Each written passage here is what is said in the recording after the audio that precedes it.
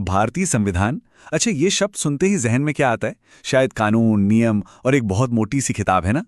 पर क्या हो अगर हम कहें कि इसकी असली कहानी स्याही, कला और हाथ के कमाल की है?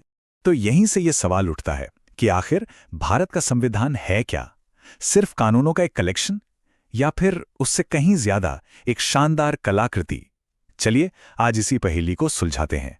जरा सोचिए, देश का सबसे जरूरी डॉक्यूमेंट वो प्रिंटेड नहीं है, उसे किसी माहिर कलाकार की तरह बहुत ही बारीकी से हाथ से लिखा गया है, और आज ये एक राष्ट्रीय खजाने की तरह संसद के सेंट्रल हॉल में एक स्पेशल हीलियम से भरे केस में महफूज है। तो चलिए अब जरा उन लोगों के बारे में जानते हैं जिन्होंने इस दस्तावेज में अपनी कलम और अपनी कला से जान डाल दी, क्योंकि ये सिर्फ दिमाग की उपज नहीं थी, ये तो हाथों का हुनर भी था। और ये हैं वो शख्स, प्रेम बिहारी नारायण रायजादा। यही वो इंसान हैं जिनकी कमाल की लिखावट ने संविधान के एक एक शब्द को कागज पर उतारा था। सोचिए, ये उनका अकेला एक पूरा डेडिकेटेड मिशन था। इस काम का स्केल तो देखिए, प्रेम बिहारी नारायण रायजादा को इसे पूरा करने में 6 महीने लगे, और इस दौरान उन्होंने 303, जी हां, 303 पेन निब्स का इस्तेमाल किया। ये तो समर्पण की एक बिल्कुल अविश्वसनीय कहानी है। और कहानी सिर्फ लिखावट पर ही खत्म नहीं होती।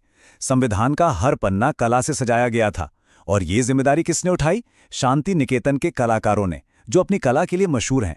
और इस टीम को लीड कर रहे थे महान कलाकार नंदलाल बोस। मतलब ये कानून और कला का एक सच्चा संगम था। अच्छा, तो अब दस्तावेज के बाहरी रूप से जरा अंदर चलते हैं, बात करते हैं इसकी आत्मा की, यानी इसकी प्रस्तावना की, क्योंकि यहीं पर भारत का असली सार, इसकी असली पहचान छिपी है।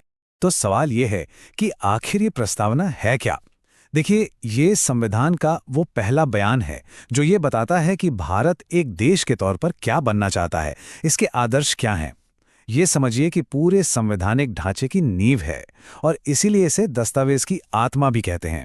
और ये आत्मा क्या कहती है? ये कहती है कि भारत एक संप्रभु, समाजवादी, पंथनिरपेक्ष, लोकतांत्रिक गणराज्य होगा। अब इन बड़े शब्दों को याद रखने का एक बहुत आसान तरीका है, और वो है SSSDR फॉर्मूला। तो इन बड़े बड़े सिद्धांतों के बाद अब जरा ये देखते हैं कि कैसे संविधान की कला और इसके शब्द दोनों मिलकर एक बहुत ही पावरफुल मैसेज देते हैं। इससे पता चलता है कि संविधान बनाने वालों की सोच कितनी गहरी थी। अब जरा इस पर नजर डालिए। ये एक बहुत ही दिलचस्प कॉम्बिनेशन है। एक तरफ हैं हमारे फंडामेंटल राइट्स जो पार्ट 3 में दिए गए हैं, और दूसरी तरफ है भगवान राम की एक तस्वीर। हाँ, पहली नज़र में ये थोड़ा अजीब लग सकता है, लेकिन इन दोनों के बीच एक बहुत गहरा कनेक्शन है। और ये कनेक्शन है प्रजरंजन का। ये एक प्राचीन भारतीय सोच है जिसका सीधा मतलब है लोगों का कल्याण। तो कलाकारों ने भगवान राम की तस्वीर का इस्तेमाल ये दिखाने के लिए किया कि जैसे एक आदर्श राजा का धर्म अपनी प्रजा की भलाई करना होता है, ठीक उसी तरह आज के भारत का कर्तव्य अपने नागरिकों को मौलिक अधिकार देना है। क्या कमाल का तरीका है कला के जरिए कानून को समझाने का।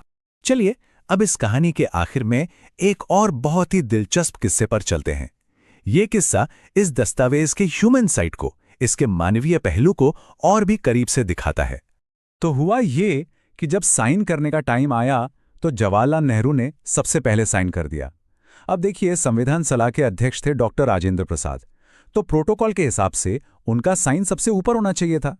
जब वो आए तो उन्होंने देखा जगह तो कम है, पर उन्होंने नेहरू जी के साइन के ऊपर ही थोड़ी तिरछी जगह में अपना साइन कर दिया। ये छोटी सी बात हमें याद दिलाती है कि इतने बड़े ऐतिहासिक दस्तावेज के पीछे भी हम जैसे इंसान ही थे, अपने मानवीय पलों के साथ।